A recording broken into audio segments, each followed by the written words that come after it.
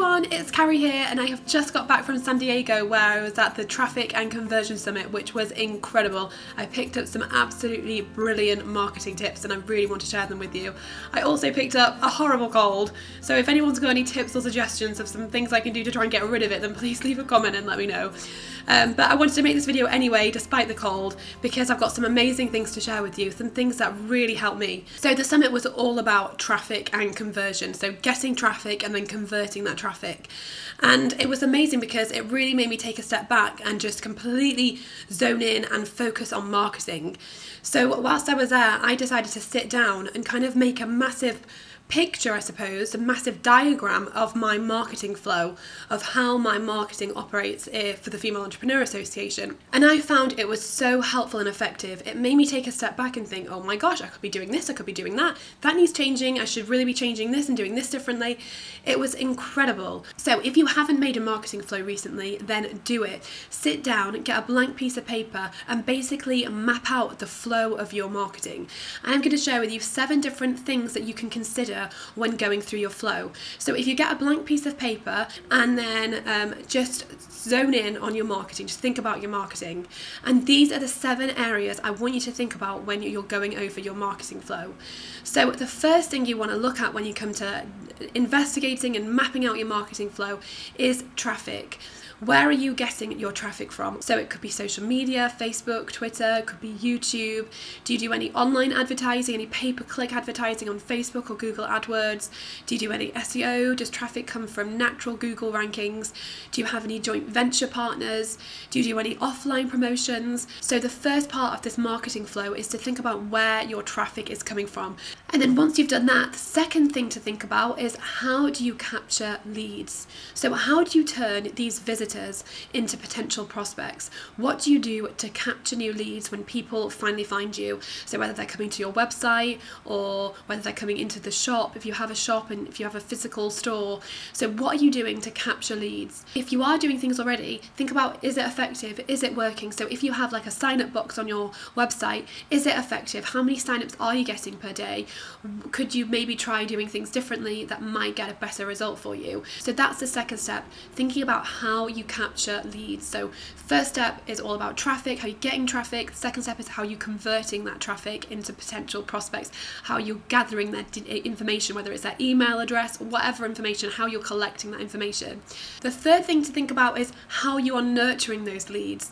So what you're doing to help build a relationship with those people that you have captured, with those people that are potential customers, they're your prospects, they're on your email list. So what are you doing? Do you have an email campaign running? If so, is it effective? Do you do any freebies? So do you send out free things to them, offering massive amounts of value? What do you do to nurture those people and to help build a relationship so you can resonate with them stronger, so you can engage with them more?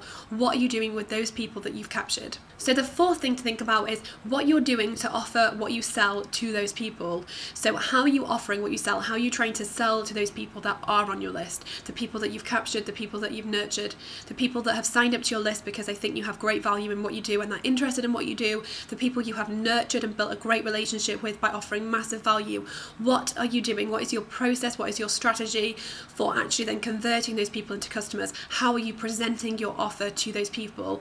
So just think about all the things you do, whether you send them an automated email which tells them at a certain point. So for example, if they've been on your list for a couple of weeks or a month, you might email them to say, hey, did you know that we do this? And you might actually really like it because you've been interested in our other things and we think you might find it really valuable. So what are you doing to present your amazing, incredible, wonderful service or product to those people and notifying them about the incredible things you're doing? So think about that there. The fifth thing to think about is how you're actually making the sale. So how does the sale work from when you notify them and when you present your offer to the actual checkout process? How does that all work? Where do they go? Do they go on your website? If so, how is that working out? Are you converting well? So the people that you notify of what you're offering, how many of those people actually convert into paying customers? So have a think about that whole process that you go through when you are trying to convert your prospects into customers. How does your checkout process work, and is it effective? And then the sixth thing to think about is how you deliver your product or service. So what are you doing to deliver your product and service? What do you have set up to make it amazing? Do you have like a welcome email people get that lets them know how amazing you think they are and how delighted that you are that they're using your product or service?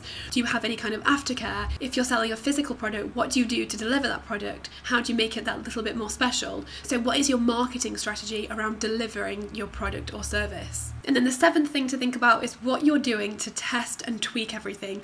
What are you doing consistently to test and to track and to monitor how effective your marketing process is? So for example, if you're promoting a product, do you have two different images you're split testing to see whether one image converts better than another? If you have a sales email that goes out, are you split testing them to find out whether maybe a better subject line converts better than another subject line? What are you doing now to test, track and monitor your marketing strategy right now? So once you've completed those 7 steps, you kind of have a really great overview of your marketing process. So what you're doing to get traffic to your business, all the way through to how you're testing, tracking, monitoring, tweaking everything. So the whole process. And over the past week when I was doing this for myself, it was just really empowering to sit down and like look at all those different stages and think, actually maybe I could do this better, or maybe I need to look at improving this section, or I don't actually know how to test that kind of thing on my website, so I need to go and find somebody who can help me to do that.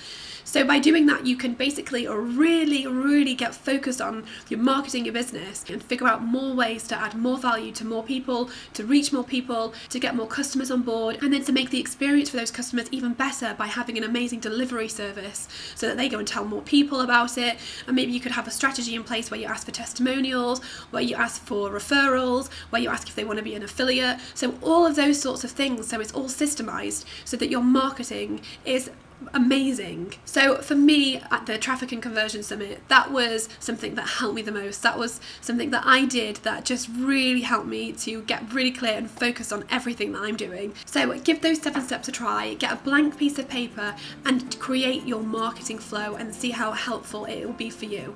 I'd absolutely love to hear your thoughts on this too. What marketing things are you doing at the moment that are really working amazingly well? Or what marketing aspects do you really need help with? Head over to the blog and leave a comment, and I will see you next week for another dose of inspiration.